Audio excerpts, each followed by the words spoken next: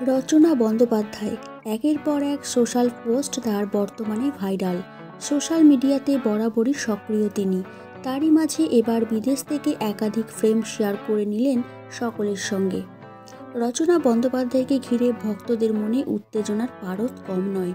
দিদি number one set থেকে নিত্য ভক্তদের সঙ্গে যোগাযোগ রেখে চলেছেন রচনা বন্দ্যোপাধ্যায় বরাবরই তিনি টলিপাড়ার ক্রাশ। বয়স যেন তার কিছুতেই বাড়ে না।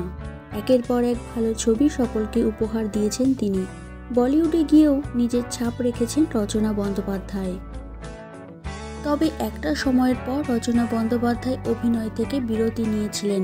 2012 সাল থেকে দিদি নাম্বার ওয়ানের সঞ্চালিকার কাজ শুরু করেছিলেন রচনা। তবে দর্শকদের নজরে তিনি রিয়েল লাইফে দিদি।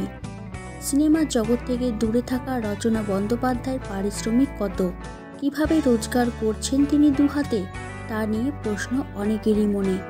সঞ্চালনা থেকে শুরু করে নিজের শাড়ির ব্যবসা, পাশাপাশি বিভিন্ন ইভেন্ট থেকে ডাক পেয়ে থাকেন রচনা বন্দ্যোপাধ্যায়। শো করে থাকেন বিভিন্ন জায়গায়। সোশ্যাল মিডিয়া সার্চ করলে তাকে দেখা যায় বিভিন্ন জায়গায়। এপিসোড পিছু তিনি 1 থেকে 2 লক্ষ টাকা নিয়ে থাকেন।